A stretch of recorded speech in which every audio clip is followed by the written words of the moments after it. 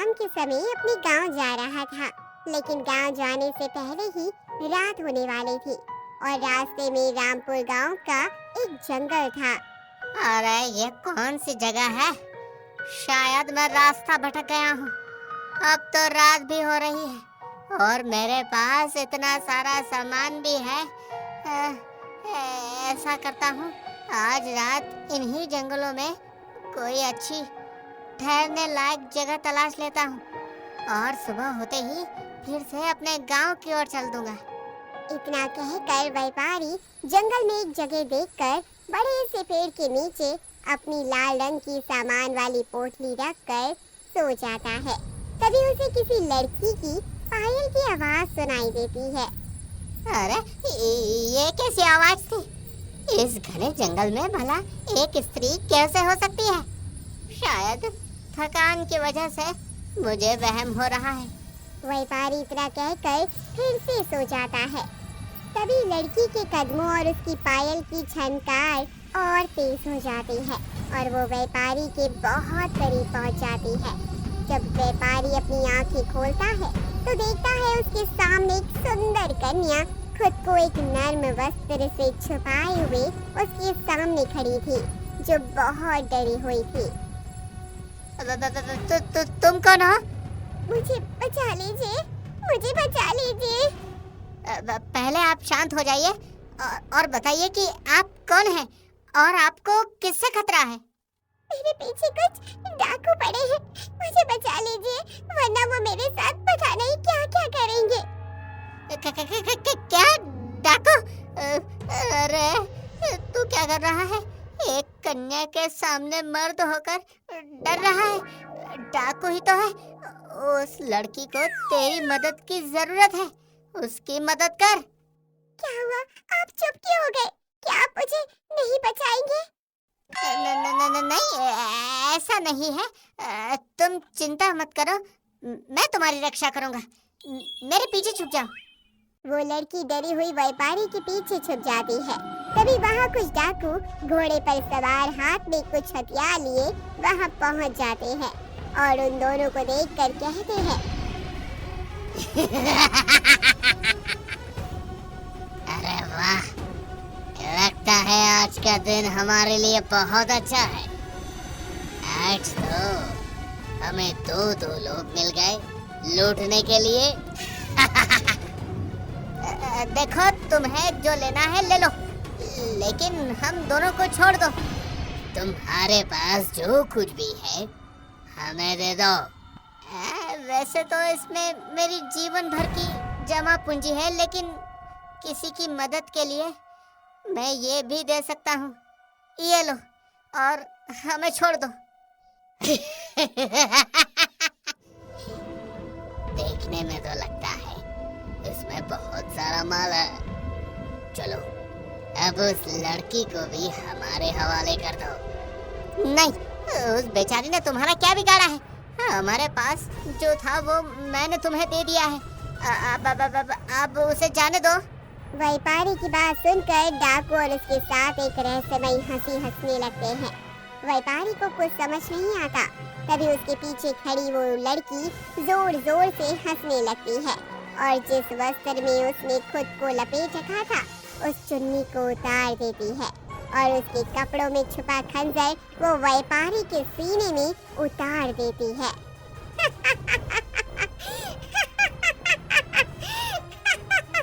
भला एक डाकू की बेटी को तुझ जैसे मामूली कमजोर व्यापारी की मदद की क्या जरूरत है? क्या? डाकू की बेटी? यानी तुम सब ने मेरे साथ छल किया? देखना, इसकी कीमत तुम सबको चुकानी पड़ेगी। इतना कहकर वो व्यापारी अपना दम तोड़ देता है और सभी डाकू वहाँ से जाने लगते हैं। तभी जग्गा डाकू अपनी बेटी से कहता है, क्या हुआ बेटी, तुम्हें हमारे साथ चलना है? आप सब जाइए पिताजी, मुझे अभी इस व्यापारी से और काम है। हाँ, मैं समझ गया, तुम ध्यान से वापस आ जाना। ये कहानी है रामपुर राज्य के एक अत्याचारी जग्गा डाकू और उसकी बेखौफ बेटी मेनका की। जो इसी प्रकार मासूम लोगों को अपने भोलेपन के जाल में फंसाकर उनका सारा माल छीनकर उन्हें मौत के घाट उतार देते थे। लेकिन जिन भी लोगों की जान मेनका लेती थी, वो उनके मृत शरीर के साथ क्या करती थी, ये किसी को नहीं मालूम था। हालांकि इस बारे में उसके पिता भी उससे ज्यादा सवाल नहीं करते थे। वहीं उस राज्य से कुछ दूरी पर एक और राज्य था, माधवगढ़ राज्य, जहाँ के राजा बहुत ही नर्म दिल और बहुत ही दयालु थे। महाराज, महाराज न्याय कीजिए महाराज। क्या हुआ है? कौन हो तुम? अरे महाराज, आपको न्याय करना होगा वरना अनर्थ हो जाएगा महाराज।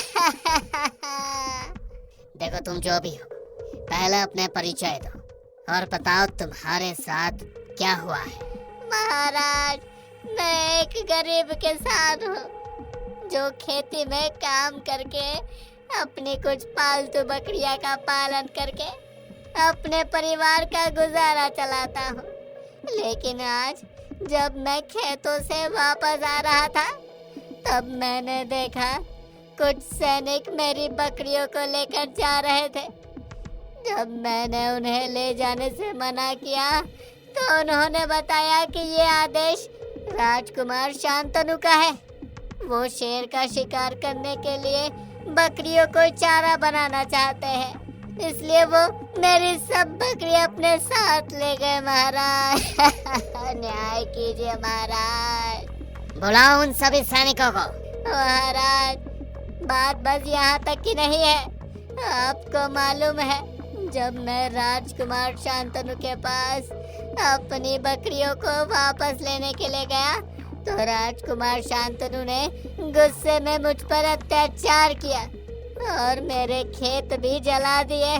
अब मैं क्या करूँगा? मैं तो बर्बाद हो गया महाराज, मैं तो बर्बाद हो गया।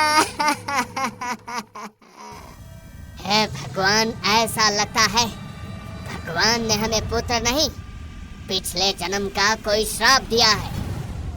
हम इसे कितनी बार समझा चुके हैं, प्रजा के विरुद्ध ऐसा कुछ न करें जिससे कि किसी का नुकसान हो, लेकिन नहीं, उसे हमेशा अपने मन की ही करनी है। महाराज, हमारी सहायता कीजिए, हम सब कैसे जिएंगे महाराज?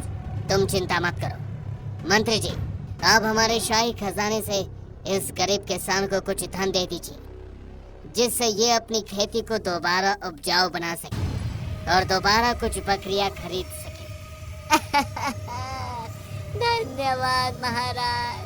वो आदमी वहाँ से सर झुकाए चला जाता है, लेकिन महाराज के क्रोध का कोई ठिकाना नहीं था। वैसे तो महाराज के दो पुत्र थे, बड़ा पुत्र राजकुमार शांतनु और छोटा पुत्र राजकुमार अभय।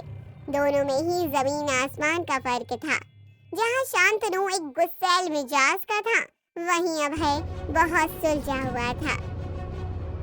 राजकुमार शांतनु, ये हम क्या सुन रहे हैं तुम्हारे बारे में? तुमने एक गरीब किसान की बकरियां चुरा ली और उसकी फसल जला दी। तुम भले ही एक राजकुमार हो, लेकिन इसका मतलब ये नहीं कि तुम अपने दुष्ट व्यवहार से प्रजा को परेशान करोगे। हमने तुम्हें पहले भी कई बार माफ किया है, लेकिन इस बार तुम्हारी गलती माफ करने योग्य नहीं है। महाराज, हम इस राज्य के अगले राजा हैं, तो हम अपनी प्रजा को ये बताना चाहते हैं कि होने वाले महाराज से डर करना चाहिए। अगर प्रजा के साथ नरमी से पेश आते हैं, तो मामूली सा किसान भी सर चढ़ जाता है। बस बहुत हो गया।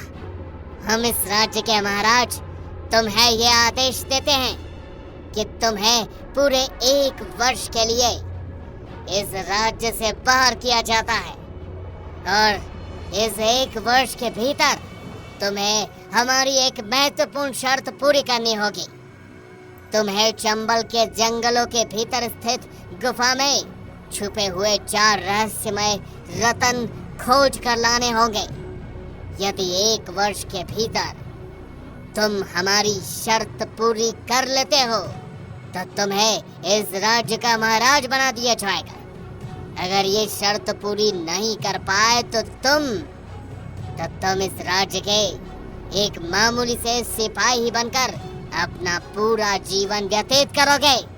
लेकिन पिताश्री, ये सही नहीं है। आप भैया को इतनी बड़ी सजा कैसे दे सकते हैं? ये हमारा आदेश है और हमारा आदेश इस राज्य के हर इंसान को मानना होगा, चाहे वो हमारा पुत्र ही क्यों ना हो। मंत्री जी, आप शांतनु को कुछ मुद्राएं और कुछ मामूली वस्त्र दे दीजिए। और हाँ राजकुमार, एक बात हमेशा याद रखना, किसी को भी तुम्हारी पहचान के बारे में मालूम नहीं होना चाहिए कि तुम एक राजकुमार हो। शांतनु को अपने पिता के दिए हुए आदेश से कोई फर्क नहीं पड़ता। वो अपने अहंकार में चूर महल से बाहर चला जाता है। कुछ देर बाद महाराज अपने कक्ष की खिड़की पर गहरी सोच में डूबे हुए थे कि एक मंत्री जी महाराज के कक्ष में आते हैं और कहते हैं, महाराज, आप बहुत चिंतित मालूम होते हैं। हाँ मंत्री जी, आप सही कह रहे हैं। हम प्रजा के लिए एक अच्छे राजा तो बन गए, लेकिन शायद एक अच्छे पिता न बन सके। हमारे अपने खून के अंदर इतना बदलाव देखकर हम हैरान हैं और न चाहते हुए भी हमें अपने पुत्र को इतनी बड़ी सजा देनी पड़ी है। महाराज, अगर सच कहें तो आपको राजकुमार शांतनु को उस खतरनाक जंगल में नहीं भेजना चाहिए था। आपको तो मालूम है, चंबल के अंदर स्थित उस गुफा में आज तक जो भी गया है वो जिंदा वापस नहीं आया है, और ऐसे में राजकुमार की जान को खतरा भी हो सकता है। बस यही सोचकर हमारा दिल बैठा जा रहा है मंत्री जी। राजकुमार शांतनु चलते चलते अपने राज्य से दूसरे राज्य में प्रवेश कर चुके थे, लेकिन उन्हें मालूम नहीं था कि चंबल के जंगलों में जाने के लिए उन्हें किस राह पर जाना है। मैं चलता हूँ, यहाँ तक तो आ गया हूँ, लेकिन इससे आगे कहाँ जाऊँ, कुछ समझ ही नहीं आ रहा। राजकुमार शांतनु थके हुए एक पेड़ के पास बैठ जाते हैं और उनके बगल में एक भिखारी अपनी सूखी रोटी लेकर बैठ जाता है। ये देखकर शांतनु का गुस्सा आसमान छू लेता है और वो उसे गुस्से में कहता है, तुम्हारी हिम्मत कैसे हुई मेरे पास बैठने की? भाई, इतना गुस्सा क्यों कर रहे हो? ये पेड़ किसी के बाप का थोड़ी है।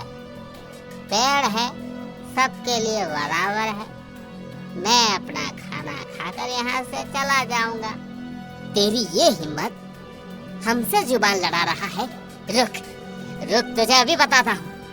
इतना कहकर शांतनु उस भिखारी को जमीन पर से धक्का दे देता है और भिखारी जमीन पर गिर जाता है।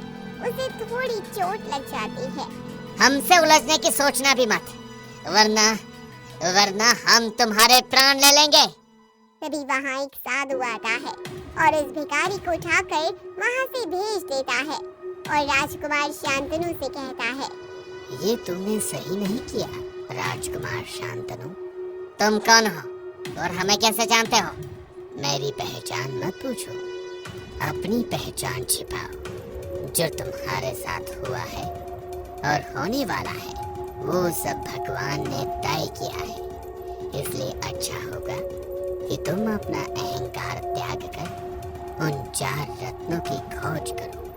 हम नहीं जानते आप कौन हो, लेकिन ऐसा लगता है आप हमारे बारे में बहुत कुछ जानते हो। अब आप ही हमें बताओ कि हमें उन 4 रत्नों तक पहुंचने के लिए कौन सी राह तय करनी होगी। हम ये देख पा रहे हैं, एक तुम ही हो जो उन 4 रत्नों तक पहुंच सकते हो, लेकिन उसके लिए तुम्हें हमारी 4 बातें माननी होगी। उसके बाद ही तुम अपने लक्ष्य तक पहुंच सकते हो। ठीक है, आप हमें बताइए। पहली बात, हमेशा सफर में अगर एक साथी हो तो मंजिल और आसान हो जाती है।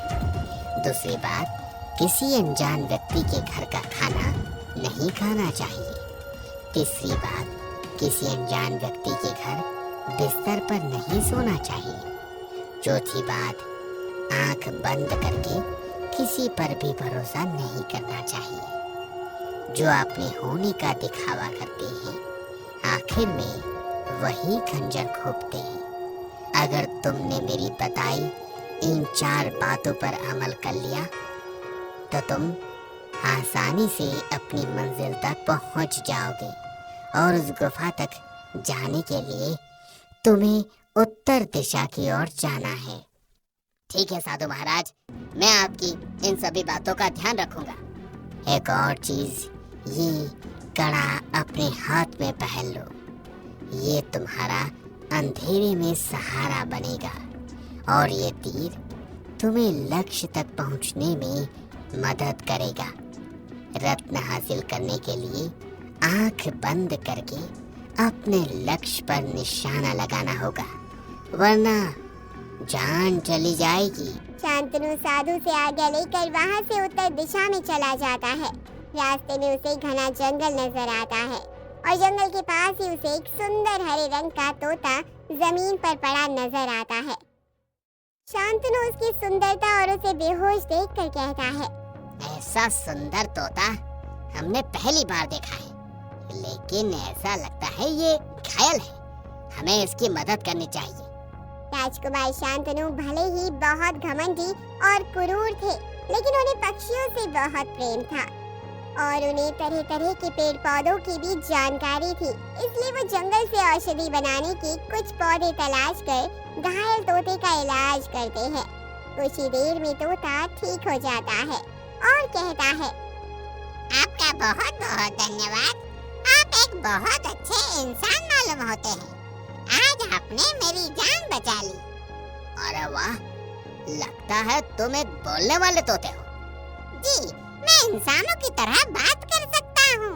मेरी प्रजाति के सभी अनोखे तोते इंसानों की भाषा बोल और समझ सकते हैं। लेकिन हमें ये बताओ, तुम घायल अवस्था में यहाँ क्या कर रहे थे? मैं अपनी मस्ती में यहाँ से वहाँ उड़ रहा था। तभी एक चील ने मुझ पर हमला कर दिया और उससे बचने के लिए मैं झटपटाने लगा और चील के चंगुल से तो बच गिरा, पर जमीन पर गिरने की वजह से घायल होकर बेहोश हो गया। कोई बात नहीं, अब तुम बिल्कुल स्वस्थ हो। अब तुम जा सकते हो। अगर आपको कोई एतराज न हो तो क्या मैं आपके साथ चल सकता हूँ? अरे इसमें एतराज वाली क्या बात है? एक से भले 2 होंगे तो सफर और आसान होगा। इतना कहकर शांतनु तोते को अपने साथ ले जाता है। तोता शांतनु के कंधे पर बैठकर उससे बातें करने लगता है। चलते चलते अब रात हो गई थी। शांतनु भी बहुत थक गया था। ऐसा करते हैं, आज रात यहीं आराम करते हैं और कल सुबह फिर से अपनी मंजिल की ओर निकल जाएंगे। शांतनु अपने सामान को रख कर एक पेड़ के पास सो जाता है और तोता भी उस पेड़ की डाल पर बैठकर आंखें बंद कर लेता है। तभी शांतनु के झोले में रखा एक छोटा सा बेर उस झोले से बाहर आ गिरता है। पास से गुजर रहा एक सांप अंधेरे में जीव समझकर उसे डस लेता है और वहां से चला जाता है। जैसे ही सुबह होती है, सूरज की किरणें जमीन पर गिरती है तो एक बड़ी सी चील सबसे ऊंची डाल पर बैठकर शांतनु को देखने लगती है और कहती है, अरे वाह, आज बहुत समय बाद एक इंसान का मांस खाने को मिलेगा। ऐसा करती हूँ, पहले इसकी आंखें निकाल लेती हूँ, उसके बाद ये अंधा हो जाएगा और तड़प तड़प के जब ये मर जाएगा तो मैं इसके शरीर के हिस्से को नोच नोच कर खाऊंगी। बड़ा मजा आएगा। इतना कहकर वो चील राजकुमार शांतनु की तरफ बढ़ती है। तभी तोते की नजर उस चील पर पड़ जाती है। वो दुष्ट चील के इरादे समझ जाता है, इसलिए राजकुमार के झोले से गिरा वो बेर उठाकर वो चोट से चील की तरफ फेंकता है। चील अपना मुंह खोलकर राजकुमार की आंखों की तरफ बढ़ रही थी, लेकिन तभी वो बेर चील के मुंह के अंदर चला जाता है और जहरीला बेर पेट में जाते ही चील पर जहर का असर शुरू हो जाता है। वो जमीन पर गिर जाती है और तड़प तड़प कर मर जाती है। जब राजकुमार की आँख खुलती है तो वो कहता है, ये सब क्या है? कुछ नहीं, बस एक बार आपने मेरे प्राण बचाए और एक बार मैंने, हिसाब बराबर। मुझे नहीं मालूम ये सब कैसे हुआ, लेकिन उस साधु की बात सच हो गई। एक से भले दो।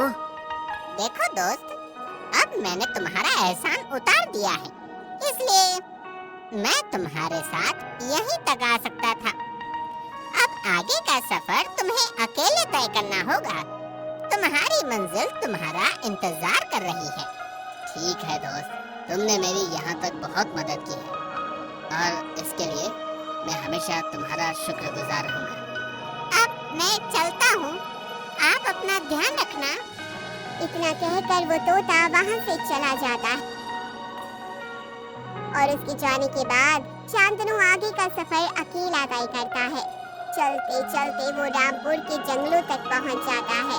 तभी एक आदमी की नजर शांतनु पर पड़ती है, जिसके हाथ में एक सोने का राजमहल का कड़ा देखकर वो रामपुर के जंगलों में बसे डाकुओं के पास जाता है और उन्हें सब बताते हुए कहता है, अरे सरदार सरदार सरदार सरदार, आपके लिए एक संदेश, आपके लिए एक संदेश है सरकार। अरे पहले सांस तो ले ले, तो इसके बाद कहना जो कहना है। सरदार, आपको पता है रामपुर में एक व्यक्ति आया है, देखने में बहुत सुंदर है। उसके हाथ में सोने का एक बहुत भारी कड़ा है। उसकी कीमत बहुत होगी लगता है। राजमहल से कोई है। ऐसी बात है तो लग जाओ काम पर। तभी जग्गा डाकू की बेटी मेनका अपने कमरे से बाहर आकर चेहरे पर तेज लिए अपने पिता से कहती है, पिताजी, आप चिंता मत कीजिए, मैं अकेली हूँ उस व्यक्ति के लिए। वो चाहे जो भी हो, मेरी सुंदरता के जाल में फंसकर अपने पास छिपा रखा सारा माल दे देगा। तभी एक और अज्ञात व्यक्ति सर पर कंबल ओढ़े जग्गा डाकू के पास आता है और उसे राजकुमार शांतनु के बारे में बताता है और वहाँ से चला जाता है। अच्छा, तो ये राजकुमार शांतनु है। ये किस 4 रत्न की बात कर रहा था पिताजी? बेटी, ये वो 4 रत्न हैं जिसको पाने के लिए दुनिया भर के डाकू अपनी जान जोखिम में डाल देते, लेकिन आज तक कोई भी उन 4 रत्नों को चंबल की उस गुफा से बचाकर नहीं लेकर आ पाया। वो 4 रत्नों को लेने जो भी उस गुफा में गया, वो मौत के हवाले हुआ है। पिताजी, मैं उन 4 रत्नों को लेकर आना चाहती हूँ। ये तुम क्या कह रही हो बेटी? मैं अपनी बेटी को मौत के मुंह में नहीं जाने दे सकता। पिताजी, मुझे कुछ नहीं होगा। वो 4 रत्न वो राजकुमार ही लेकर आएगा, लेकिन वापस जिंदा नहीं जाएगा। मुझे नहीं पता कि तुम्हारा दिमाग में क्या चल रहा है, लेकिन मुझे अपनी बेटी पर पूरा विश्वास है। वो कुछ सोच समझकर ही ये बोल रही होगी। ठीक है पिताजी, मुझे आज्ञा दीजिए। मेनका इतना कहकर वहाँ से कंबल ओढ़े चली जाती है और शांतनु का पीछा करने लगती है। शांतनु रामपुर के जंगलों से गुजरने लगता है। तभी उसे रास्ते में एक लड़की की चिल्लाने की आवाज आती है और एक लड़की बुरी हालत में शांतनु के सामने आ खड़ी होती है। भगवान के लिए मुझे बचा लीजिए, मुझे बचा लीजिए। कौन हो तुम लोग और इस लड़की का पीछा क्यों कर रहे हो? तुम्हें उससे क्या मतलब है? ये लड़की हमारी है, इसे हमारे हवाले कर दो और निकला यहाँ से, वरना अपनी जान से हाथ धो दोगे। ऐसा मत कहना, मुझे बचा लो, वरना ये लोग मुझे मार देंगे। तुम चिंता मत करो और तुम लोग अभी के अभी यहाँ से चले जाओ, वरना अच्छा नहीं होगा। लगता है तुम्हें सबक सिखाना ही पड़ेगा। इतना कहकर सभी डाकू शांतनु पर हमला कर देता है और शांतनु उन सभी से युद्ध करके उनको वहाँ से भगा देता है। आपका बहुत बहुत धन्यवाद, आपने मेरी जान बचा ली। ये सब तो ठीक है, लेकिन तुम इस घने जंगल में अकेली क्या कर रही हो? मैं पास में पानी लेने गई थी, तभी इन डाकुओं ने मुझे देखा और मेरे पीछे पड़ गए। अपनी जान बचाने के लिए मैं जंगल में आ गई और फिर आपको मालूम ही है जो हुआ। ठीक है, तो तुम ऐसा करो, मुझे बताओ तुम्हारा घर कहाँ है, मैं तुम्हें वहाँ छोड़ देता हूँ। मैं रास्ता भटक गई हूँ, मुझे नहीं मालूम कि मेरा घर कहाँ है। अब मैं क्या करूँ? एक लड़की को इन जंगलों में अकेले भी नहीं छोड़ सकता। ऐसा करता हूँ, इसे अपने साथ ही ले चलता हूँ। आते वक्त इसका घर ढूंढकर इसे इसके घर छोड़ दूंगा। क्या सोच रहे हैं आप? ऐसा कीजिए, अभी आप मेरे साथ चलिए और वापस आते समय मैं आपको आपके घर तक छोड़ दूंगा। आपका बहुत बहुत धन्यवाद। मेनका बहुत चालाकी से शांतनु के साथ चंबल के जंगलों में उसके साथ चल देती है। इस बात से शांतनु बिल्कुल अनजान था। धीरे धीरे कुछ दिन गुजर जाते हैं और शांतनु मेनका को पसंद करने लगता है। चलते चलते मेनका के पैर में कांटा चुभ जाता है, इसलिए शांतनु उसे अपनी पीठ पर बैठाकर आगे चलाता है। ऐसे ही कुछ दिनों और महीने गुजर जाते हैं और आखिरकार मेनका और शांतनु चंबल के जंगलों में पहुंच जाते हैं। आखिरकार हम यहाँ पहुँच ही गए। हाँ, सही कहा आपने, हम अपनी मंजिल तक आ ही गए हैं। मेरी एक बात बहुत ही ध्यान से सुनना। मैं अगर मैं सूर्य ढलने से पहले गुफा से बाहर आ गया तो हम वापस चलेंगे, लेकिन अगर मैं वापस नहीं आ पाया तो समझ जाना मैं जीवित नहीं हूँ और तुम वापस उसी रास्ते लौट जाना। अपने पीछे देखो, ये लाल रंग इस जंगल से बाहर जाने का रास्ता है जो मैं इस जंगल में आने से पहले ही बनाता आया हूँ। तुम इस रास्ते वापस लौट जाना। मैं तुम्हारा उम्र भर यहाँ इंतजार करूंगी, तुम जल्दी आना। इतना कहकर शांतनु गुफा के अंदर चला जाता है और मेनका बाहर उसका इंतजार करती है। एक बार बस ये शांतनु वो 4 रत्न लेकर आ जाए, फिर मैं इसका काम तमाम कर दूंगी। शांतनु इस बात से बेखबर उस गुफा के अंदर जाता है जहाँ बहुत अंधेरा होता है। तभी शांतनु को साधु की एक बात याद आती है और उसका दिया हुआ वो सोने का कड़ा भी याद आता है। साधु ने कहा था ये कड़ा अंधेरे में सहारा बनेगा, शायद इसका कोई मतलब होगा। शांतनु अपनी कड़ी को देखता है और धीरे धीरे उस कड़े से एक उजाला निकलता है और धीरे धीरे उजाला होने लगता है। शांतनु देखता है कि गुफा के अंदर बहुत सारे मानव कंकाल थे। तभी उसकी नजर सामने सो रहे एक बड़े से दानव पर पड़ती है जो सो रहा था। अच्छा, तो ये सब इस दानव ने किया है, इसलिए ही आज तक कोई भी इस गुफा से बाहर नहीं आया है। मुझे कुछ भी करके वो 4 रत्न ढूंढने होंगे।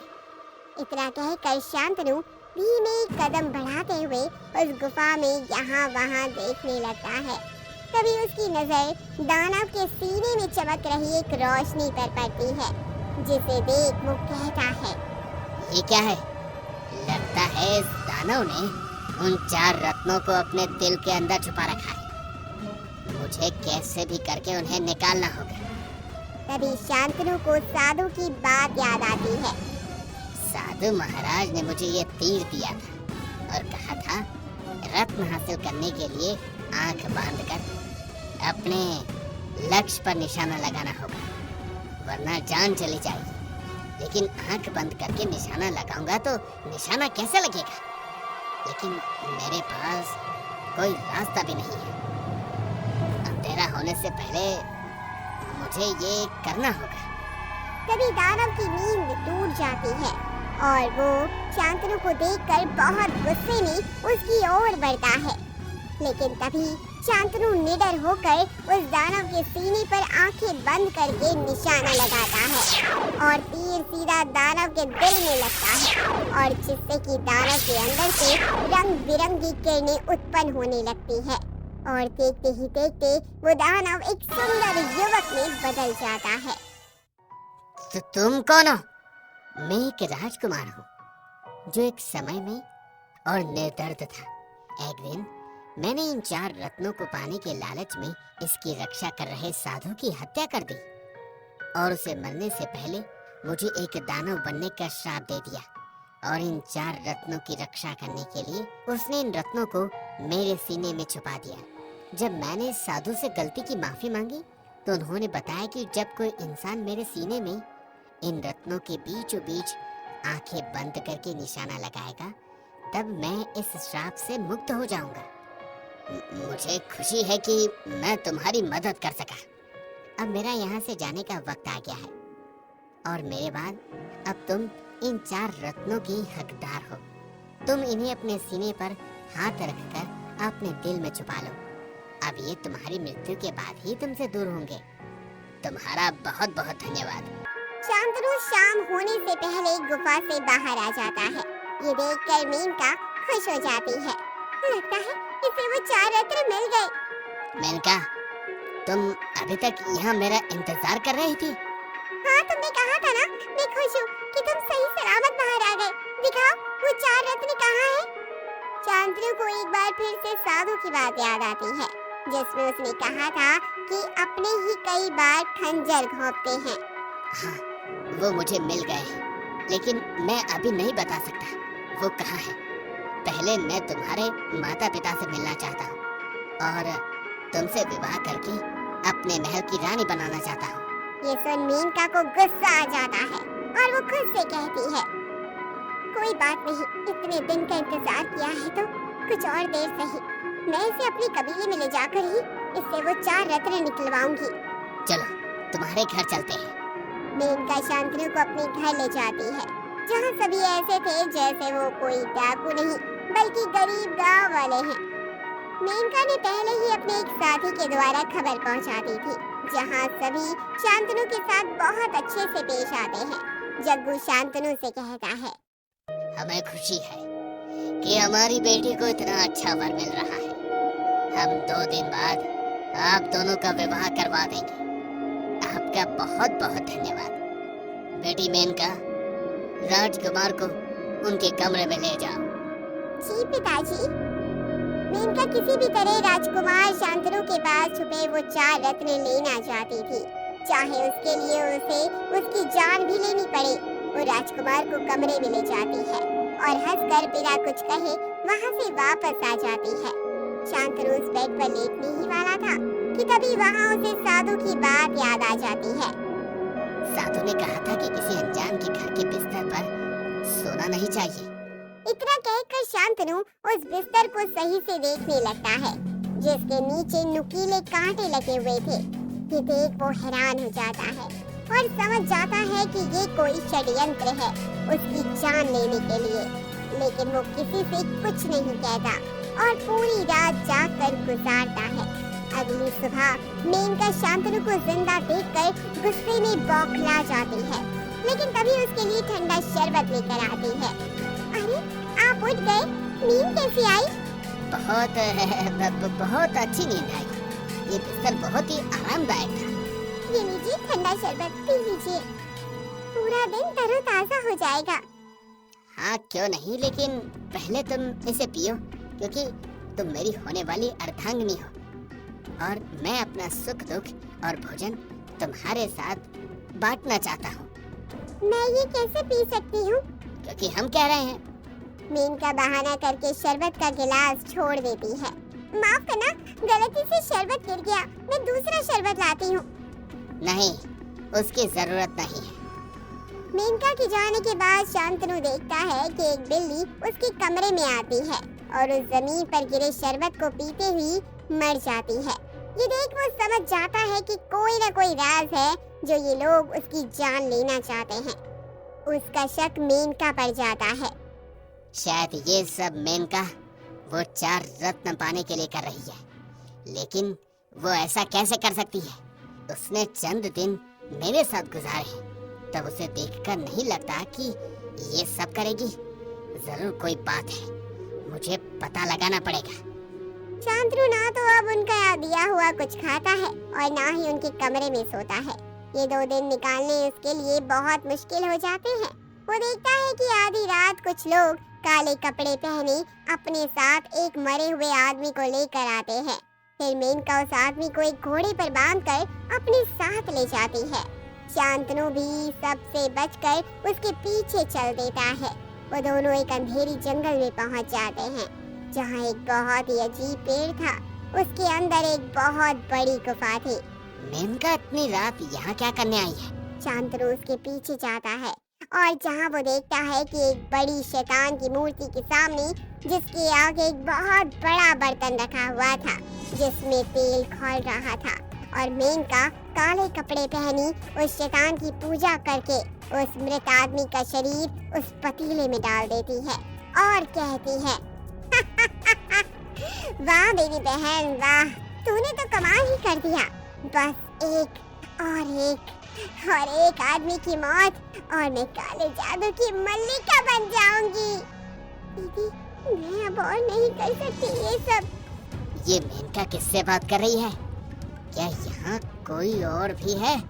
शांतनु थोड़ा और अंदर आकर देखता है तो उसे मेनका की जुड़वा बहन शैलजा नजर आती है। उसे देखकर वो हैरान हो जाता है। ये तो क्या कह रही है? दीदी, जब से मैं राजकुमार शांतनु से मिली हूँ, मेरे मन में उनके प्रति प्रेम भावना जागने लगी है। मैं उससे शादी करना चाहती हूँ। भगवान के लिए आप उन्हें कुछ मत करना। क्या तू पागल हो गई है? तुझे मालूम भी है मैं आखिर किसकी जान लेने वाली हूँ? तेरे उस राजकुमार शांतनु की। उसे मारकर मैं वो 4 रत्न हासिल करूंगी और काले जादू की मल्लिका बनूंगी। नहीं दीदी, ऐसा मत करना। मैं पूरी कोशिश करूंगी आपको राजकुमार से वो 4 रत्न दिलवाने की, लेकिन आप उनकी जान मत लेना। ये तू क्या बकवास कर रही है? हम डाकू हैं, हम किसी पर रहम नहीं खाते, हम किसी से प्रेम नहीं करते, इसलिए चुपचाप जो मैं कह रही हूँ वो कर, वरना मैं तेरी जान ले लूंगी। अच्छा तो ये बात है, जो मेरे साथ थी वो शैलजा थी और जो अब है वो मेनका है। मुझे कुछ करना होगा। शांतनु मेनका के जाने का इंतजार करता है और जैसे ही मेनका वहाँ से जाती है तो शांतनु शैलजा के पास जाता है। शैलजा, मुझे सब पता चल गया है। राजकुमार शांतनु, आप यहाँ? अब कुछ मत कहो शैलजा। जितना प्रेम तुम मुझसे करती हो उतना ही प्रेम मैं तुमसे करता हूँ और तुम्हें अपने साथ लेकर जाना चाहता हूँ। अगर सबको पता चल गया तो वो हमें नहीं छोड़ेंगे। सबसे पहले हमें तुम्हारे बहन को रोकना होगा। उसे रोकने का कोई तरीका है? मेरी बहन की जान इस मूर्ति में है। अगर ये मूर्ति टूट जाती है तो उसकी जान भी चली जाएगी। हम डाकू इस शैतान की पूजा करते हैं। ठीक है, तो सबसे पहले इसको ही खत्म करते हैं। इतना कहकर शांतनु एक डंडा उठाकर उस मूर्ति पर वार करता है। जैसे जैसे वो मूर्ति खंडित होती है वैसे वैसे मेनका घायल होती है। मूर्ति के टूट जाने से मेनका की मौत हो जाती है, जिसके बाद शांतनु शैलजा को अपने साथ भगाकर अपने राज्य वापस ले जाता है। 1 वर्ष पूरा बीत चुका था और शांतनु अपनी प्रेमिका को लेकर महल जाता है और अपने बेटे के बदले हुए रूप से महाराज भी बहुत खुश थे और जल्द ही वो अपने पुत्र और शैलजा का विवाह करवा देते हैं और सभी खुशहाल जीवन व्यतीत करते हैं।